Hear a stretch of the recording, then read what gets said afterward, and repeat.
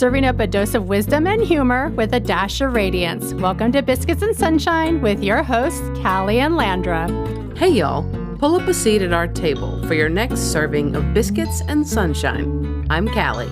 And I'm Landra. We're delighted you're here with us. We're recording this from Distance Sport Audio Studios in Athens, Greece. Welcome to Season 2, Episode 2. Fame, let's go.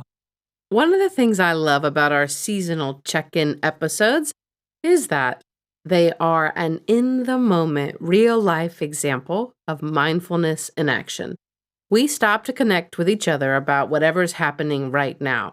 This day, this season, we're aware of what's happening around us, and we're paying attention to how that impacts what's happening within us.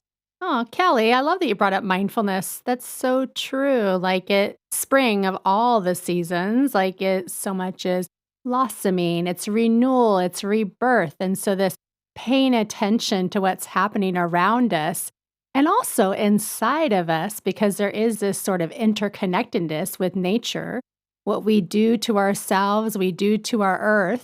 And we are close to Earth Day. So I know that's top of mind for a lot of folks. I like to think of these episodes as little seasonal treats. Seeds that we're planting just, to bring the earth and the growing metaphors full circle. Sometimes I wonder if these seasonal unscripted episodes are going to be as good.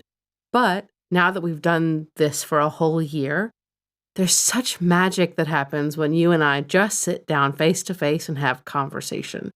It's the genesis of how Biscuits and Sunshine came to be. And I think it's great that we reconnect with that beginning every season. I agree. And, like a lot of conversations, it can feel like, oh, I've already said this. But really, in this new time, in this new place, have you said that? Or maybe is there something new that you're noticing that you didn't notice before? So there's just something nice about these rituals, these milestones, these markers of time, really. Because we're moving so fast. And when I'm like, oh my gosh, a whole year has passed, it's nice to go back and to have 4 times a year that we stop and we reflect. And yeah, it's really cool to kind of notice the seasonality. Otherwise, things just go by. Life goes by just so fast and it could be a blur. And so it's really nice to stop and to kind of ground ourselves, to kind of plant those seeds and to just notice what's right here, the richness of the moment. So Callie, I remember one of your words this year is to feed you in many ways and nourish yourself. What is currently feeding you in this spring season in 2025? I have had such an incredible past month or so because my parents have been here. And spending time with them is always enjoyable, but one of the things I love is the fact that we've really become friends. I've had such an opportunity as an adult to become friends with my parents, and we've traveled, we've been to Morocco, we've been to Barcelona, and we have more trips planned in the coming weeks. It's just fun. And so I feel like being with them and being able to connect with them and spend time with them is really feeding me in this season of growth. It's beautiful. I can see it all over your face and in your body language. It's just such a gift, really, to have our parents, with us and you physically here and you guys exploring Europe together, not just Greece. What a delight. It really is. We sometimes forget when we grow up and get out into the world and sort of create our own lives that there is always just a kid within us. And so being able to spend time with your parents and that time isn't dictated by constraints of work or I come in on a Friday and leave on a Sunday. We just have space. It's one of the biggest blessings of my life. And not just the space, but it's also the newness, the exploration of the world together, the adventure. Yeah, that's really unique. Yeah, we have a good time together. What's feeding you currently, Landra? I mean, no surprise, time in nature. It just is my go-to. It always is. And I think it's because there's so much beauty really being reborn, right? I get to walk in these areas, these parks near my home, and all the different colors of the wildflowers that are coming out. They pop, and it's not like, "Oh, I haven't seen this before," but at this time, they're fresh, they're new. And tell us the story about the wildlife encounter you just I had. know, I was gonna go there, I love it. So, I was super excited to share with you, and I will share for all of you listening. So it was around like 4 o'clock. I finished going up to the high peak of the mountain and I'm walking, and those wildflowers I was telling you about. I took some videos, some pictures. So you'll probably see that coming up on social media. And I was just walking, smiling in the moment. And out of nowhere comes this fox. He ran down the mountainside, stopped, looked at me, I looked at him, I was a little shocked, I was a little bit like, "Should I be nervous? Oh my god, I've never seen a fox before, this is exciting." And then he turned and he, like, did his little, like, trot down the paved path towards, where cars are parked, where there's kittens, where there's people. I'm like, "Oh, good luck, people." And what did the fox say? He said, "Girl, you keep doing you. You listen to that intuition. You go after those things that you've been wanting to do because you know me. I did look up the symbolism. Yeah, The fox is all about, if you see a fox, is strengthening your own inner knowing, your own intuition.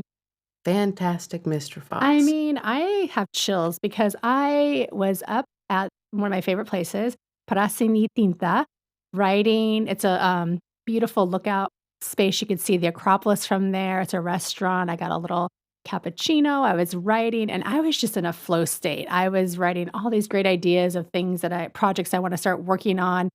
And so it was so wild to me to come down and to see that, where it's like, hello, punctuation. Like, yeah, this is what you should be doing. A small affirmation from the universe. Mm, mm. You're in the right place at the right time. And yeah, the symbolism, we could always make meaning out of anything, but that's in this season where I find so much magic.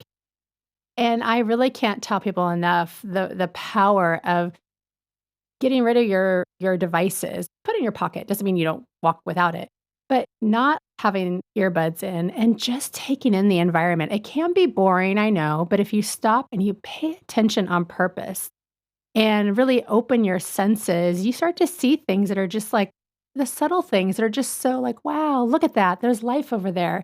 That butterfly is really dancing. And what that could do to our insides and our mental health, our emotional health, our breath, our respiratory, start to breathe a little bit more fully that we hadn't before. And there's just a real empowerment around that. And I just think of so much of the world and what we take in, and so often, it's not by choice. We're Mhm. bombarded by so many things, sounds, smells, news, like, all that stuff, but, like, if we are conscious of what we take in, it just we could be empowered to make such a difference in our own lives and see things that we might have just rushed past. That resonates with me because there's something in this season that I'm really trying to work on. I started the beginning of the year, but this idea of recognizing within me what's mine and what belongs to someone else, whether it's energy, an idea, a bias, really trying to work within myself to identify what is authentic to me. And then taking a step further to figure out why I have this. Why is this a part of me? And is it something that I want to keep? Do I feel like it's a reflection of me? That's really something that I'm working on this season. I can really see how spring kind of has this tuning back in towards intuition. And I think, yeah, to do both of those things you mentioned, you have to get quiet. You have to pay attention on purpose to thoughts. So it makes a lot of sense. I think too, sometimes this self work that we do ourselves, that we encourage other people to do, I think there is wisdom in doing it in a season where the world is opening up, where Mm, life is coming to the surface, versus doing it in a season where everything looks bleak, where outside the trees are bare, there are no Aleppo foxes running around, the butterflies aren't out. To do self work in a season of barrenness can almost make it feel harder. And so being able to leverage the spring and the excitement and the world coming alive, I think is a good balance to digging deep because then you can go wide outside yourself and Mm, breathe better if you hit an obstacle within yourself.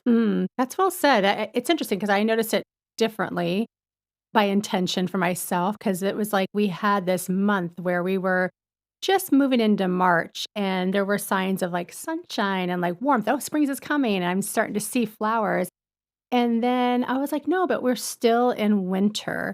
And so I was noticing giving myself more space and time to go internal and to really fully winter as much as I could. But then I could see how, again, there's no right or wrong way, but for some folks that might not, like for you, you said that's not, doesn't feel as comfortable. But now when things are coming alive, there's like a nice counterbalance. There's a supportive container for you so that you can go a little deeper, that you feel like, I don't know whether it's safeness or whether there's a comfort, I guess is a better word for that. Yeah. Winter, I'm like tapping into my inner grizzly bear. I hibernate. I mean, I still do all the things. I'm still working out. Like, I'm still cooking for myself. It's not like I'm slovenly laying on the sofa, but like I hibernate. I want to rest. My body is Hmm. telling me rest. Yes. And then as spring comes, my energy picks up. The days are getting longer. In the winter, I always realize because I'm working until 7, 8 o'clock at night, I probably don't leave my house once I start work. Once I'm in the house for work midday, I probably don't leave. But because the sun is starting to be out later, life becomes more alive for me. We're eating Mm. later, we're doing more things, the weather is warmer. I'm like the earth. I come alive in spring.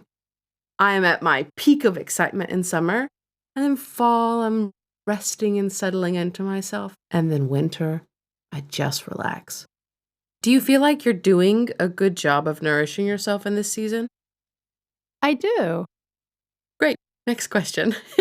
How are you nourishing yourself outside of being in nature? Well, now that my shoulder is feeling better, I've added a lot more routines of movement. So, more active yoga, dancing, and using weights. So, being more strong in my body and not feeling like a victim essentially, because I did feel that way for a little bit when I was going through my surgery and recovery. I just feel more empowered. So, also, movement, like, there's no surprise there. The endorphins and the impact that has on my mental health is also moving me more into feeling, I don't know, more possibilities, more vision. I also will say that giving myself space to just have fun and be creative. Months back, I had held a vision board party for us girls as a gathering, and we each did a board, and afterwards, I continued doing a few more boards. And it was just fun. I just was like, there was something there that I just wanted to play with that really had been dormant for a little bit. So that to me felt very nourishing. So the act of creating something with my hands and then now to see them, it's like a nice like reflection back to me. You bring up a really good point because in this conversation, and I think mostly when we think about seasons, we do think of the 3 month ish period of the year. We can go through longer seasons that aren't defined by a specific time period where we have years that feel heavy or barren or darker. So, like when you were describing about your shoulder pain, I remember watching you go through that and to Mm. see you emerge in my mind, as strange as this is, in my mind, it was like I was seeing a baby horse or like a baby giraffe after it's born. Oh, And they're really unsteady on their legs for a day or so. And then they start to be braver as they recognize that these little sticks will hold them up. And I feel like you're having that. You're stepping forward bravely and courageously because you have worked to build back the strength. You've worked through this pain, and I'm really happy to see that for you. I'm happy to see you in this season of sunshine. Not that you ever lost that, but I feel like what you have on the inside is now reflected outside for you as well. Yeah. Yeah. The lights came on a little more brighter for sure. Yeah. Yeah. And it's good, I think, to recognize that sometimes our seasons will last a little longer than what's reflected in the outside world, but that's okay. Yeah. Because eventually, if we purposefully move forward, because you never gave up. That's the thing. You never gave up in all of that. Even though you sometimes, I know, were at your wits' end, you never gave up. And you're seeing all the fruits of that. To echo the gardening, you're seeing the fruits of that labor really come into blossom. Mm, thank It's a you. beautiful thing. Yeah. And you got me thinking about because there might be folks right now that are in that place where we're talking about spring and renewal and possibility, and they're just not there. So Yeah. I'm thinking about maybe we can share remembering when we don't feel it. Like, how do we bring it or how do we take care of ourselves in that way that we're not making ourselves wrong or we're not hiding away? Shaming ourselves. Yeah, or like, "Oh, I'm not good enough because look, I should be here," and it's like I'm not there. One thing that age has afforded me is the perspective that nothing stays the same. And so when I personally have these periods of, let's call them winter, right? These Mhm, periods where I don't feel like I'm making progress. I feel like I'm stuck. I feel like I'm sick. There's something that isn't right mhm. within me. Age and experience have taught me that this too shall end. And so I know if I trust that experience, I'll get to the end of it. And so just knowing that it won't last forever helps me think, okay, well, what's a tiny thing I can do now during this time to better set myself up for when this does end? It's the idea of pushing through being sick or resting. In my mind, I know we need rest. And if I can rest, even if it's just for a few days, I know when I'm better, I might get there faster versus pushing through. So it's just trying to identify small things for me Mhm. that I can do that feel authentic to the emotions I have and the place where I'm at. I mean, it's funny, right? I always wonder, like, do we rub off on each other, like, different ideas? And I'm like, "My god, I'm watching myself talk to myself," meaning that you brought up mindfulness at the beginning of this episode, and so much of what you're speaking to are principles of mindfulness, recognizing what's happening right now, remembering that that's just how it is right now. We don't have to like it, but there's a sense of acceptance. Okay, I could accept that this is what it is. I'm naming it. I still don't like it, but this is where I am.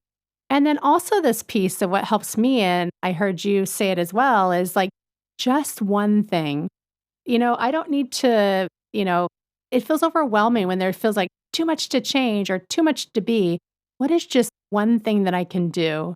And that just one thing really can kind of jumpstart, or maybe it's just the one thing that's just consistent, the one thing day after day, and then the energy starts to come. So there's this like we have to almost like invite it out. And so just there is something through movement. So does that mean through speech? Does that mean through physical body movement? Does it mean by just getting out of bed and like taking the action you committed to? Whatever it is, it starts getting kind of the energy shift essentially. One place that I see this reflected so well for me is in working out. Never do I wake up and think, "Oh, yeah, I get to work out today," which I know is sort of, like, ungrateful at the very base level. It's just not something I enjoy, but I have such a good time with this trainer that I have found that 10 minutes in, halfway through, I'm so grateful to be there, and afterward, I feel incredible. I got the endorphins, we've been laughing for the last hour. It is something that even when I'm sick, I'll go. Well, not when I'm really sick, but even if, like, I have a head cold or, like, I'm stuffy, I'll go and I'll say, "Ah, I just don't feel well today," and he'll sort of amend what we have planned just to get me moving. Just Yeah. and that always, always makes me feel good. Shout So, out to trainer Alex. yeah, right? You are the best. I tell him this all the time too, so I feel like he really understands the respect that I have for him. But it's so helpful. And one of the things that I have in my brain, I haven't activated it yet, but one of the things is on the days that I don't see him, just to stretch. Just to stretch in the morning, nothing strenuous. Let's do that. I'm putting that out there. Someone in a month outside of Landra, ask me, have you been stretching? Just someone ask me that. Hold me accountable. Because it's so easy. It's a one small thing. Yeah. The one thing that's been helping me in that area of movement and like making a commitment to the weights and whatever it is. So, yes, just get started. But this distinction between choosing and deciding. So, choice to me, I'm like, oh, I'm going to choose to do that. There still feels like there's a couple options. Deciding, I don't know if you feel it in the word, is a little more like conviction. Like deciding, there's a path. And so when I've used that word, like I am deciding, and usually it's because I also link it to like a bigger goal. I want to Yeah. get stronger. I think, again, being 50, like there's so much talk about weights is so important for our body, but I want to be that mobile person. I want to have good posture. So it's like I'm seeing the vision of the why, which is so helpful to kind of get beyond just today. Yeah. But I don't know, choosing versus deciding, see if that has any I like that. energetic difference for you. I really like that. Choosing versus deciding. It's funny as you said that, I started to think of that phrase, the devil you know is better than the devil you don't. Oh, Did you grow up? Maybe that's a Southern no. thing. I say this a lot in I know terms that of Devil in the House of the Rising Sun. Do-do-do-do-do-do-do. That's like a fiddle country song. Oh, it's such a good one. Do we have to pay royalties for that? Sorry. But maybe it's a Southern phrase, and I use it a lot when we're talking about political candidates. Say it again. The devil you know is better than the devil you don't. Okay. But to me, it's choice, right? I'm choosing between the lesser of two things, the lesser evil one, the less corrupt one, if we're thinking political candidates. And so when I think of choice, I see it in sort of a very negative context. But to decide on something feels more empowered to me. Yeah, right? That's what I thought too. The charge of deciding is like, the only way I could describe it is like a oof, okay. Oof. She's Yeah. got her fist and she's making them big. Right? Coming into the alignment of the body, getting taller, getting stronger. Like, we're making this happen. Yeah. That's the energy it feels like to me. As you're in this season of aligning with the energy that moves you forward, is there anything super exciting on the horizon? Like something you have hopes for on accomplishing or something coming down the pike? I think for me, it's getting back into my coaching, my writing, more of containers and spaces to bring women together is something I'm really excited about. There's some things I'm working on, but yeah, I'm excited about doing more of that. It's a good season to do that as well. Yeah. I feel like people are seeking guidance and seeking a space in order to better themselves, to find answers. And I know that's something that you and I have sort of been working on, not just within the context of this podcast, but over the past few months, we've been working on this super exciting ebook related to cultivating a life that makes you feel alive. It's full of practical steps to get very clear on what an authentic life looks like. And then it sort of outlines the path you need to follow in order to get there. Super simple, but it's chock full of information that we both have used over the past, and we're super excited to share with everybody. Oh my gosh, I'm so excited just hearing you speak about it because this has been something during the holidays we've been working on. It's been a work in progress, and it's going to be excited when it finally gets birthed this spring. Yeah, when it sort of blossoms and blooms. Exactly. In addition to the ebook, we're also offering live workshops with Landra and I to facilitate community space, to have conversation, to talk through questions, to share our experiences with the topics and the steps that we've put out in the ebook. You'll see more information about it on Instagram, on the website. It's coming very soon, and we're so excited to share it. Yeah. And the one thing I would say too, so it's like an opportunity to get to know other women from around the world. We have a vision and hope that you guys will cultivate relationships from one another and learn from one another. Yes, you're tuning in, you're hearing a lot of Callie and my experience. We hope that this broadens and your voices too are amplified and you are all flourishing and holding each other up. So, sky's the limit. Absolutely. Our hope for you this week is that you take some time and just check in with what is this spring about for you? What are you experiencing this spring? And maybe even bring this conversation to a friend. And we hope that you also nourish yourself. If you love what we're serving up, please hit the follow button and leave us a 5-star rating. We'd also love if you shared Biscuits and Sunshine with a friend. Send them the link to your favorite podcast episode or invite them to follow us on Instagram at Biscuits and Sunshine, all spelled out. This is Biscuits and Sunshine with Callie and Landra.